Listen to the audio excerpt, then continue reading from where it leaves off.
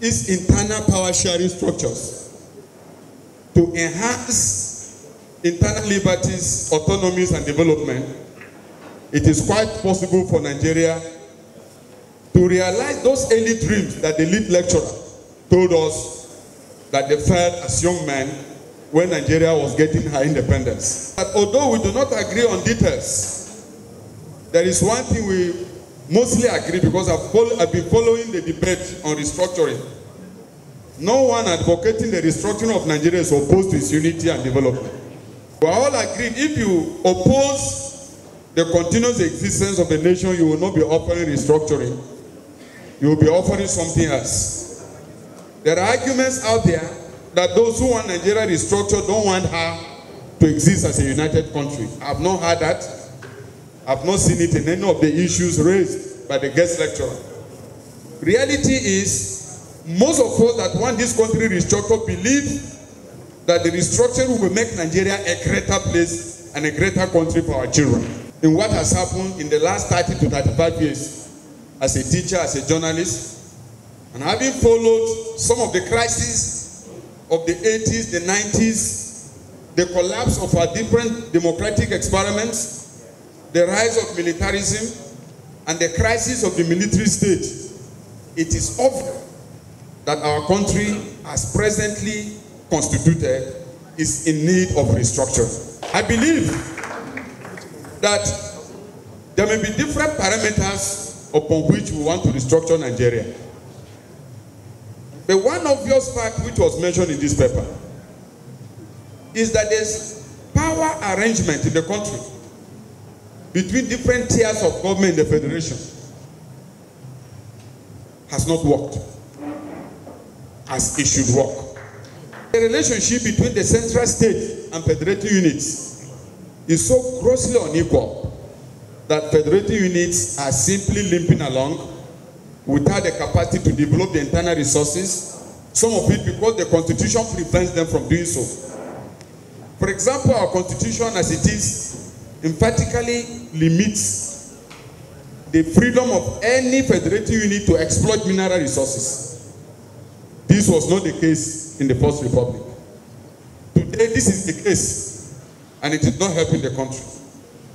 I also believe that in view of the multiplicity of our various cultural realities, there are a lot of internal pressures that are going on in the smaller states that have come out of the military state. And I would like to urge that even though we have not arrived at that point of restructuring, the debate in the country and among our youths, particularly the hate speeches we are hearing, the songs that are being sung on radio and television, do not offer the correct atmosphere for this debate to lead to results and impact. Nigeria is on a fast-moving train without brakes. Not that the brakes have failed. Originally, from amalgamation to independence, there was no brake.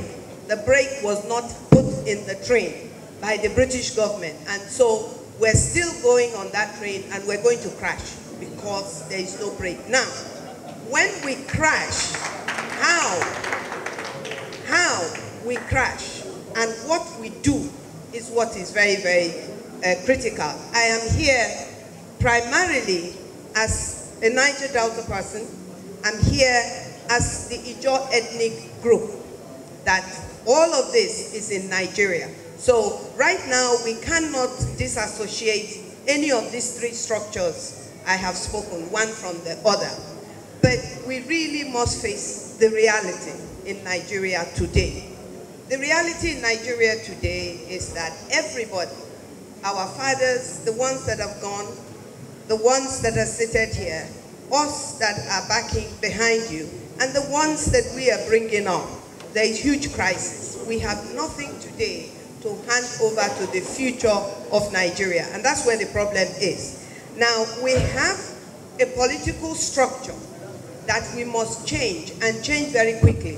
In my opinion, I think that we must agree, and I speak this as someone who is coming from the grassroots. I have the authority of my people to say what I'm saying here, which is to say that we must agree on what will happen before the 2019 election. We cannot leave anything hanging so that we have an election and then we come back and start arguing about restructuring. No, no, no. We must agree that we will restructure. And everybody must be able to say what restructuring means to them. And we must sit down and agree on this before the 2019 election. Because in the Niger Delta, we do not believe that this government is willing or has the capacity to conduct a free and fair election. Reasons why we should have restructuring is the injustice of the system that has been run for a very long time, where we have ended up with 19 states against 17 states. And that became very evident when the Senate was able to throw out the discussion against restructuring. They were able to say no to restructuring in the Senate. That is only because you have a warped Senate in number. There is no way anything would go through if it is in the favor of southern Nigeria. Now, when it comes to sharing of allocation, the North has 419 local governments, and the South has 355 local governments. When they take allocation by local government from oil and gas resources, they are getting more. The people producing it are getting less. That has to change, and we cannot do it after 2019. We must do it before we go into the next election. We must have a new constitution.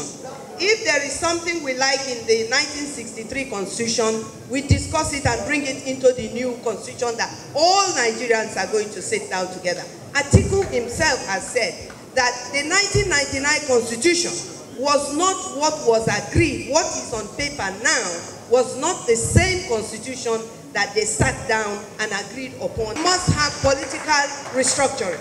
We must have economic restructuring. We're tired of discussing and talking all the time. We must agree that we have to act in Nigeria today, and we must act very quickly. We must restructure. If we don't restructure, each ethnic group must call for a referendum. Let the people decide what they want to do with their life. Those who are asking for restructure, I happen to be one of them in the beginning. But I'm getting tired. I'm getting very tired to be asking for restructuring, as if I'm begging for people to liberate themselves. There is no section of the Nigerian nation state. We have 3 refineries. None of them is working. In everything by way of institution, whether it's health, education, other infrastructures, we're going backward. More than 2.5 trillion naira worth of food is imported into Nigeria, things that we could do here. We're no longer working. We share the oil money for next month, and we go buy houses in South Africa, buy a whole street in Washington, D.C., go and buy houses and relocate to Dubai, to Emirates. A lot of our people are already in Ghana. But is this the way we have to go? And so when people are now saying the youth are asking for too much, they want separation. If you look at the age of this youth, so-called youth, some of them are over 50. Some of them have graduated 10 years ago, no work. Some of them cannot marry because they have no work.